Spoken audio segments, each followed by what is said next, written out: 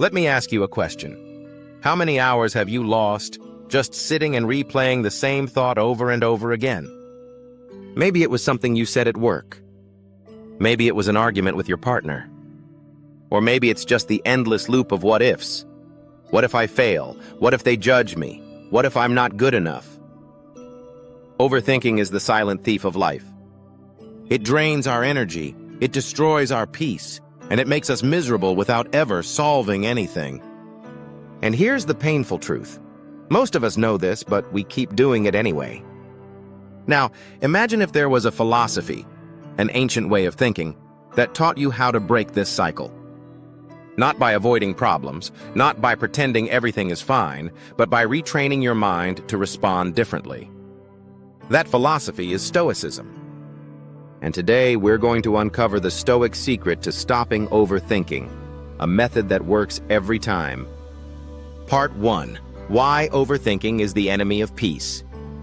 The Stoics believed that the biggest source of human suffering is not the events themselves, but our judgment of those events. Marcus Aurelius, the philosopher-emperor of Rome, wrote in his Meditations, "You have power over your mind, not outside events. Realize this, and you will find strength." Think about that.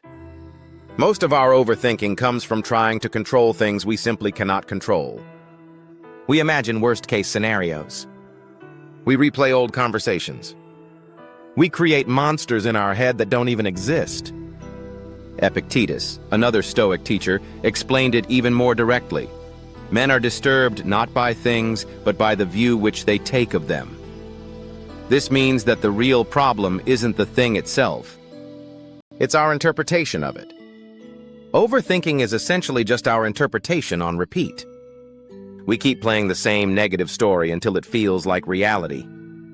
So the first Stoic lesson is this: overthinking is wasted life. Every moment spent trapped in your head is a moment not lived in reality. Part 2. The Stoic shift. Control versus no control. Now here's the secret weapon of the Stoics, the thing that cuts through overthinking like a sword through fog. It's called the Dichotomy of Control. Simply put, there are things you can control. There are things you cannot control. That's it. Nothing more. Nothing less. Epictetus laid it out perfectly. Some things are up to us, and some things are not.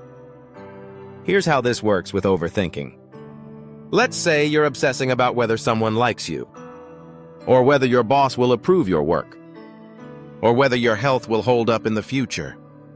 Ask yourself one question: is this fully in my control? If yes, take action. If no, let it go. It sounds simple, but this is the Stoic filter that kills overthinking. Because once you divide the world into my control and not my control, suddenly you stop wasting energy on the second category. Marcus Aurelius said it like this: if you are distressed by anything external, the pain is not due to the thing itself, but to your estimate of it. And this you have the power to revoke at any moment. In other words, when you realize something is outside your control, you also realize you can drop the mental weight. Part 3. A practical Stoic exercise to break the loop. Let's go deeper. What do you actually do in the moment when your mind won't shut up?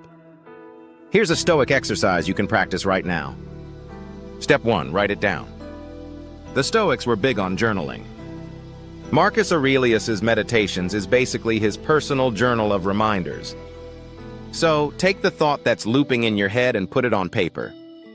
Don't judge it. Just write it. Step 2. Label it.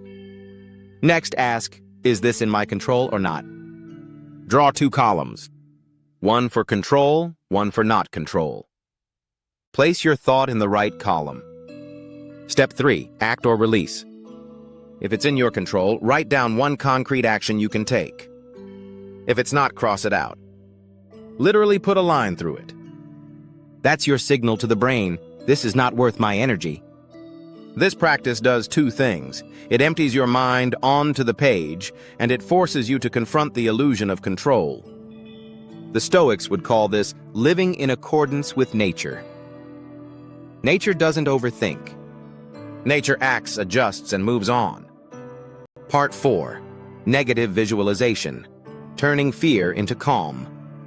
Another Stoic method against overthinking is what they called premeditatio malorum, the premeditation of evils. This sounds dark, but it's actually freeing. The idea is simple. Imagine the worst-case scenario. See it clearly in your mind.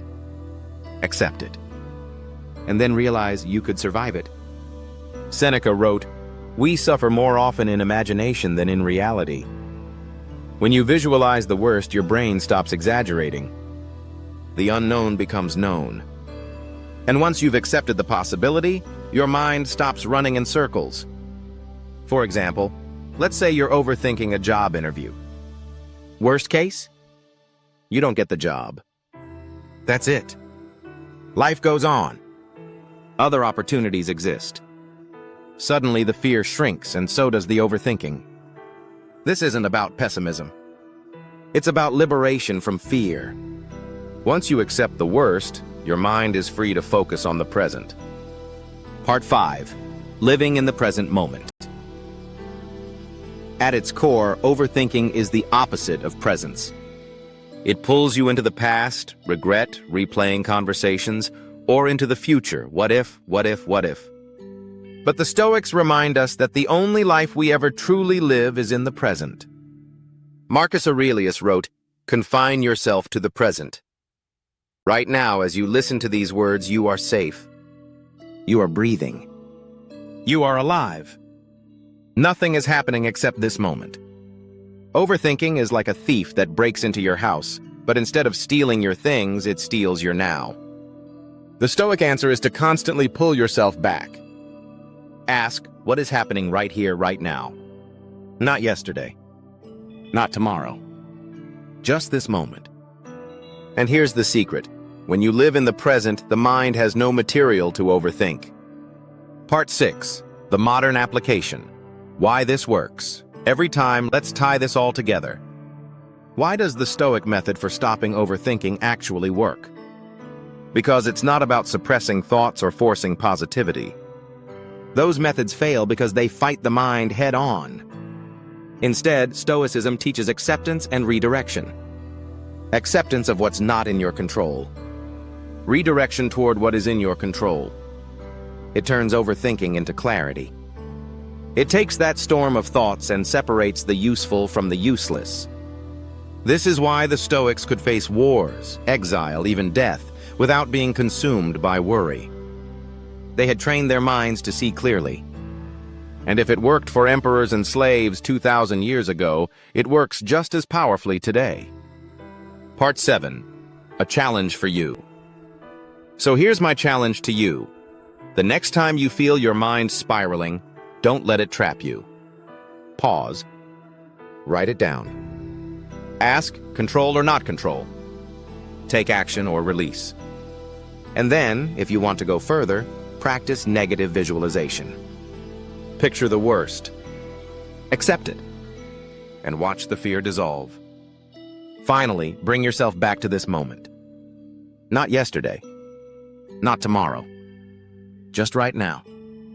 That is the Stoic way. Seneca once said, "True happiness is to enjoy the present without anxious dependence upon the future."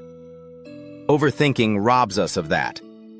But with Stoicism, you don't have to live as a prisoner of your own mind. You can step into clarity. You can act with courage. And you can find peace, not someday, but right now. So the next time your mind won't shut off, remember this: the Stoic secret works every time.